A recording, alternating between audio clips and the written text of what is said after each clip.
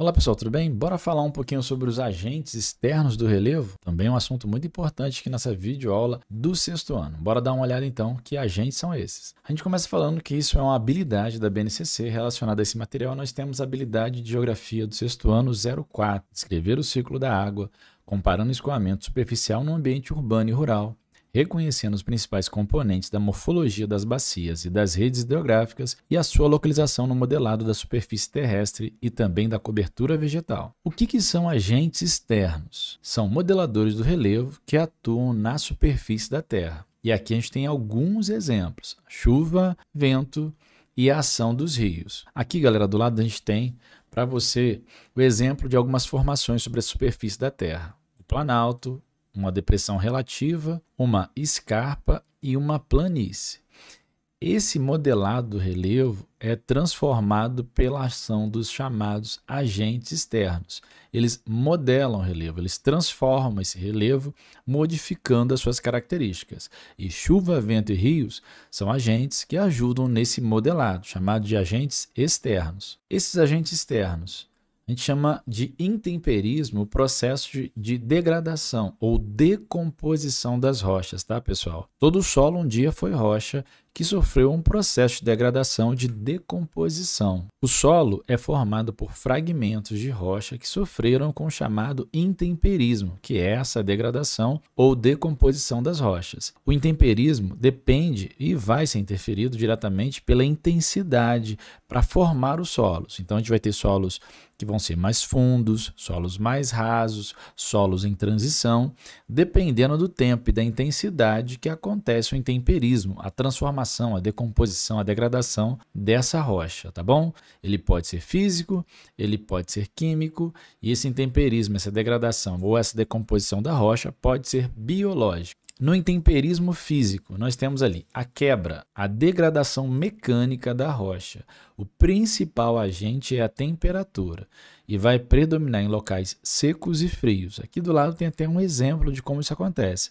Quando está muito quente, essa rocha, essa estrutura, ela se dilata. Quando esfria, ela se contrai. Com o tempo, essa dilatação e contração faz com que essas estruturas que são menos elásticas acabem se rompendo, se quebrando, e isso, quando acontece, é um processo de intemperismo físico, a degradação mecânica, essa quebra dessas rochas. Já o intemperismo químico, principal componente do intemperismo químico é a água, que vai decompor a rocha. É o tipo mais forte, mais presente de intemperismo que a gente tem na natureza. Predomina principalmente em locais úmidos, e aqui você tem uma imagem, por exemplo, de um intemperismo químico acontecendo sobre essa rocha.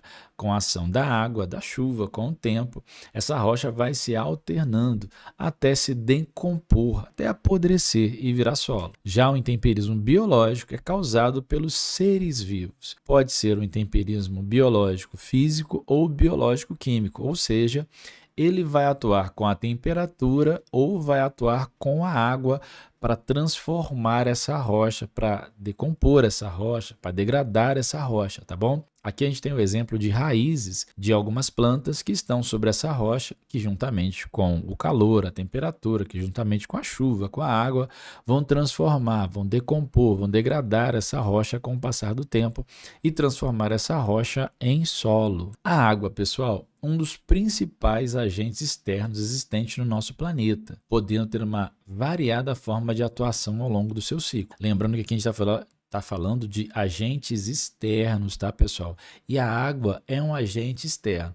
A água atua dentro do intemperismo, mas também é um agente externo importante sobre a superfície da Terra. A água e o vento vão causar a chamada erosão de um solo, isto é, a retirada e o transporte de sedimentos do solo, de pequenas partículas que vão pouco a pouco sendo carregadas de uma região mais alta para uma região mais baixa, tá, pessoal? É sempre assim o processo. A gente fala de uma região mais amontante, deixa eu colocar aqui, amontante, a palavra é grande, né? Mas só para poder ajudar vocês a compreender o processo. Para a jusante. O jusante é uma região mais baixa que vai estar recebendo esse sedimento. Então, normalmente é assim que trabalha o processo da água, né, e do vento, carregando erodindo uma rocha e levando esses materiais, o solo, de áreas mais altas para áreas mais baixas, até depositá-lo nessas áreas mais baixas. Erosão pluvial, tá?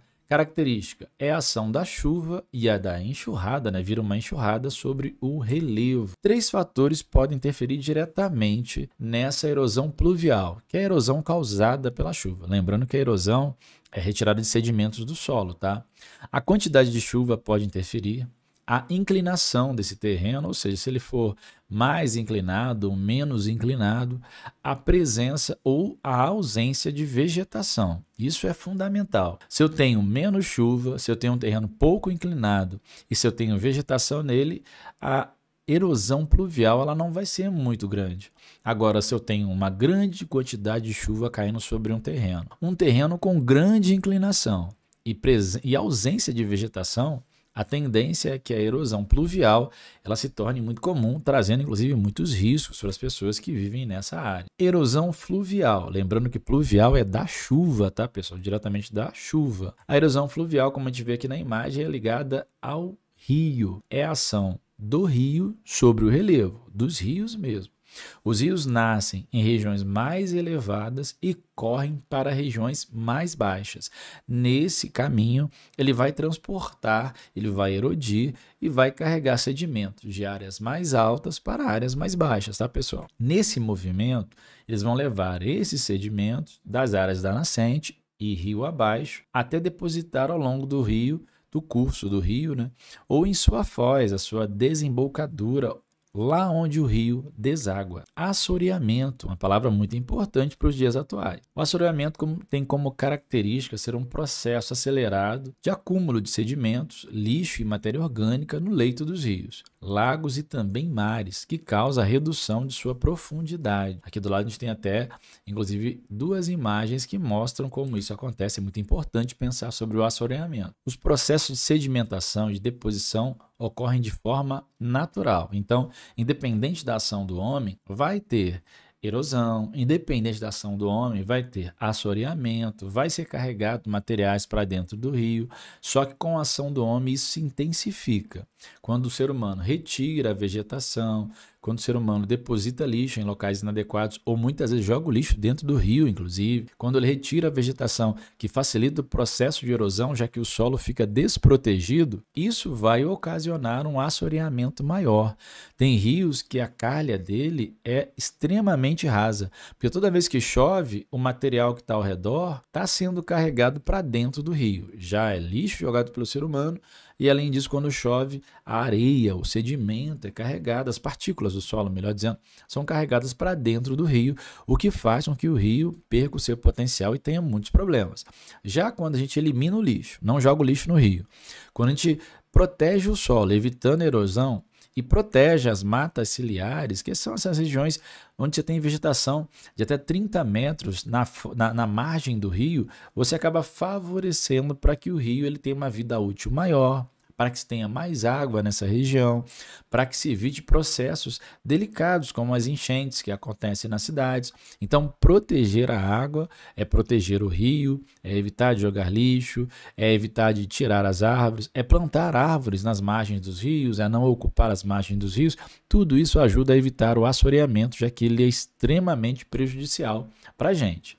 A aceleração desses fenômenos provoca o assoreamento dos cursos d'água, onde predominantemente pela ação humana, isso vai acontecer. Então, quando há um grande processo de ação humana, a gente vai ter também um grande processo de assoreamento nos rios, retirando a vegetação e fazendo com que o rio fique mais frágil, retirando a vegetação também das matas ciliares que estão próximas ao rio, jogando lixo dentro do rio.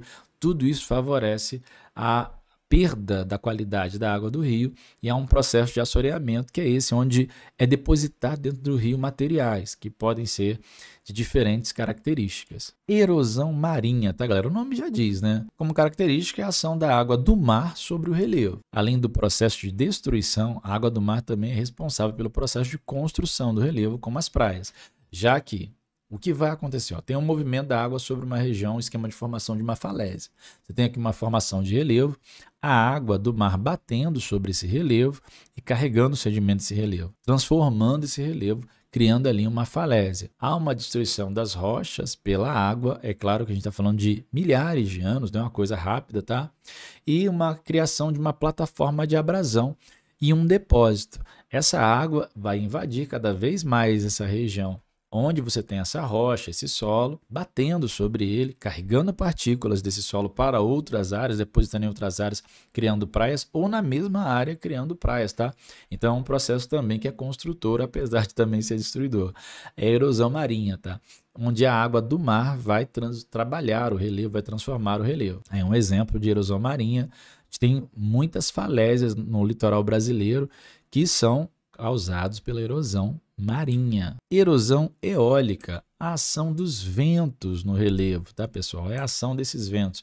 O vento é um agente predominantemente em climas mais secos, apesar de atuar em diferentes climas, mas em regiões mais secas ele é muito comum. Mais secas, quando a gente diz seca, é de falta de umidade mesmo. E tanto que a gente tem aqui um exemplo de um deserto, onde a erosão eólica ela é muito predominante. Fica para vocês agora uma reflexão. Qual a diferença entre agentes internos e externos?